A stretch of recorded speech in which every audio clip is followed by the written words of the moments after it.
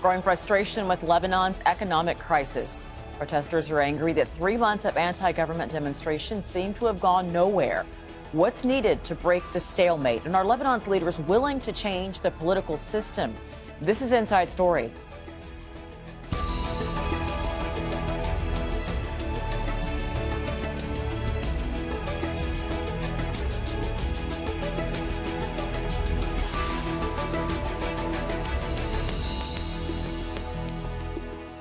Hello and welcome to the program. I'm Rochelle Carey. For 3 months now, people in Lebanon have been demanding change. A worsening economic crisis means many can't find jobs, pay for basic goods, or even withdraw money from the bank.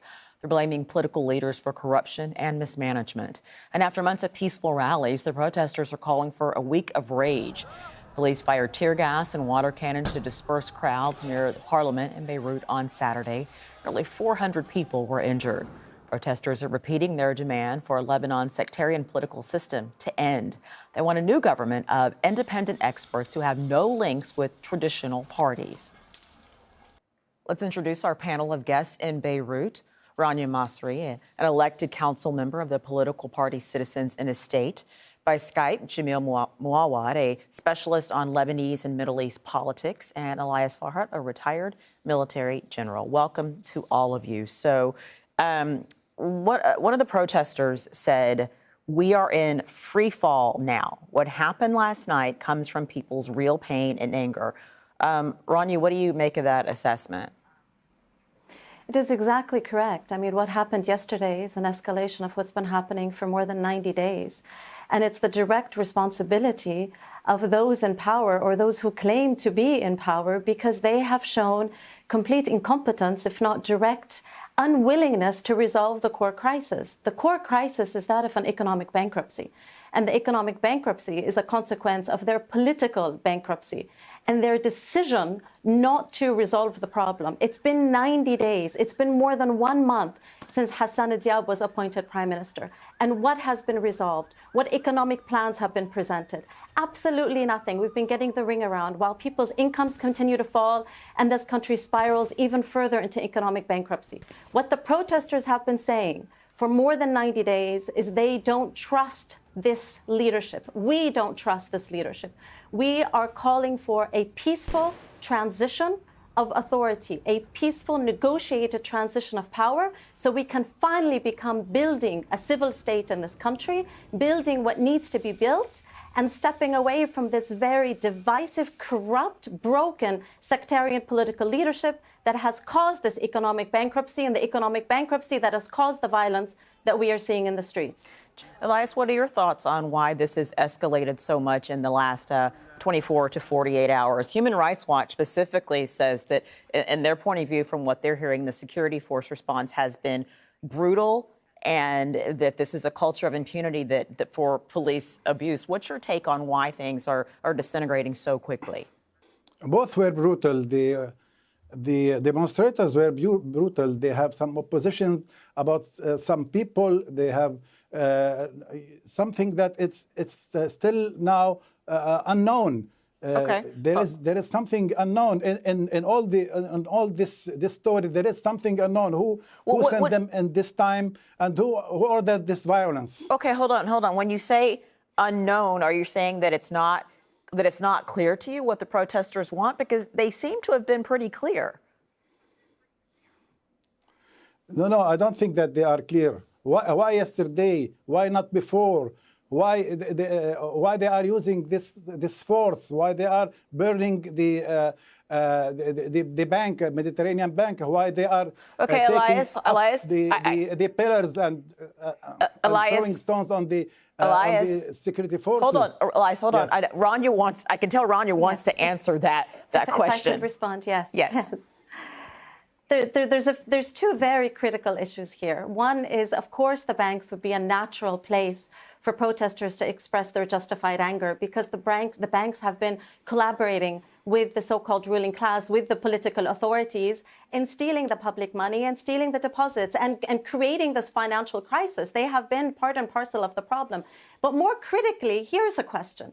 Does the ruling class and those in authority, do they view the demonstrations as the problem, which is a problem that they seek to solve?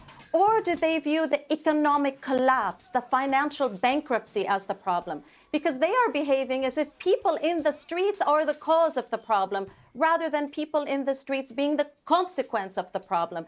The problem in this country is the collapse of our economy, and our economy has collapsed specifically because of the political, financial, and economic decisions taken by this political leadership. Therefore, when people protest in the streets from Tripoli all the way to the south, from Beirut all the way to our mountains, what we are protesting is very clear. We no longer trust this sectarian political leadership. We are demanding the building of a civil, secular state, one that will provide our economic and social needs, one that will represent us all equally and not look at us as sects and as communal communities within one nation. The protesters are being very clear. Unfortunately, the politicians, quote unquote, seem to regard the protesters as the problem rather than their leadership as the problem and the bankruptcy as the problem. Elias, what do you say to that, that it's not the protesters that are dragging their feet, it's the people that they're protesting about, the ruling class that are dragging their feet on getting something done? Yes, actually, the ruling class or the government are not sovereign in terms of economy.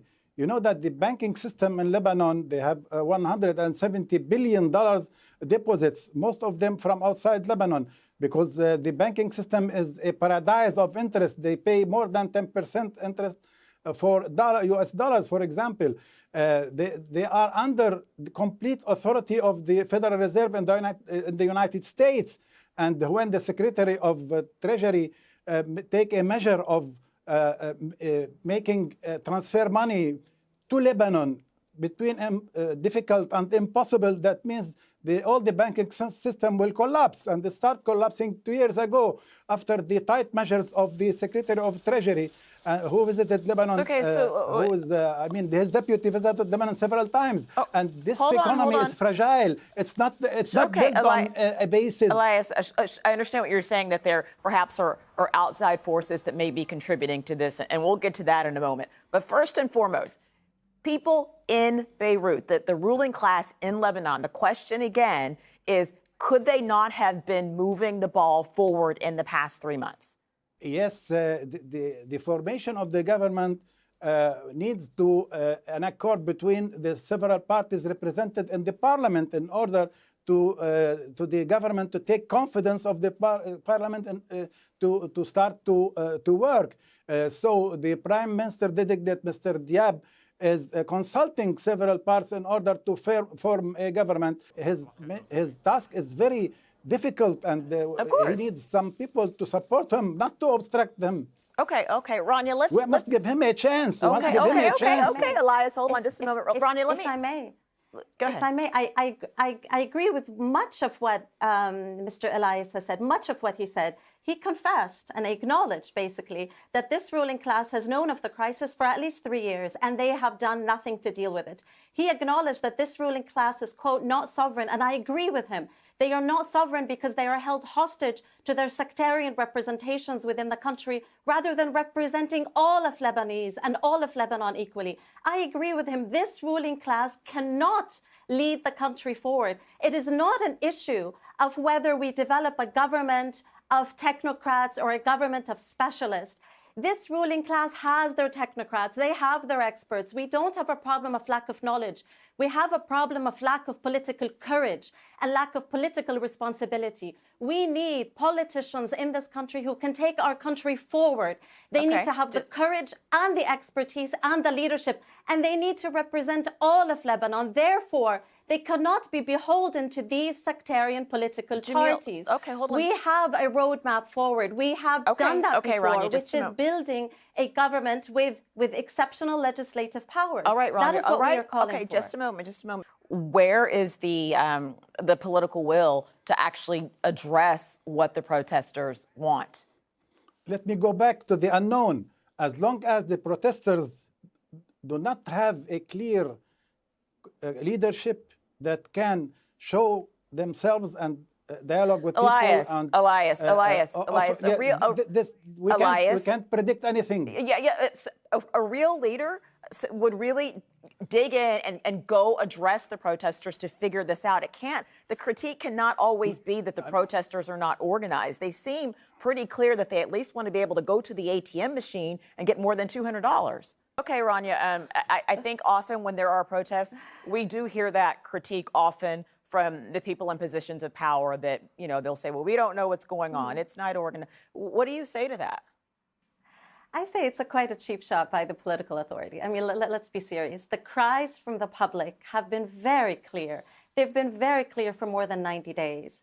These are decentralized protests happening throughout the country, organized by the protesters themselves, not organized by any particular political party or any particular organization, organized by people on the ground, and their cries have been unified. We do not trust this political leadership. As to if they want leaders, if this current political ruling class wants to see leadership arise, the leadership is the vision itself, and the vision is clear. We want a different economic structure. We want a different political system. And the pathway to that political and economic system is quite clear. It cannot be done by the same political parties that created the problem. That is simply impossible. It can be done by politicians in this country, and our country is small enough that we know each other. We know who has the leadership, who has the expertise, who has the knowledge, who has the moral courage to take the very difficult decision and carry this cursed legacy of bankruptcy forward so that we can protect all our society with no exceptions. We are not standing here, particularly here we as citizens in a state, مواطنون ومواطنات في دولة, we are not standing here to obliterate any member of our community. We are not standing here to deny any member of our community. We are standing here to take full responsibility for every single individual in this country, which is more than I can say for each sectarian political party that is holding on to their broken chairs and wasting what is very valuable in this country, which is time. We do not have time to waste. We no longer have the dollars in this country to allow us time to waste. All right. I plead with those in authority to do what they need to do to have a negotiated political transition, a peaceful negotiated political transition out of their power, and to have those of us with the moral and political leadership to be in charge to lead this country forward so that we can build a civil state. Okay, and that will have to be the final word.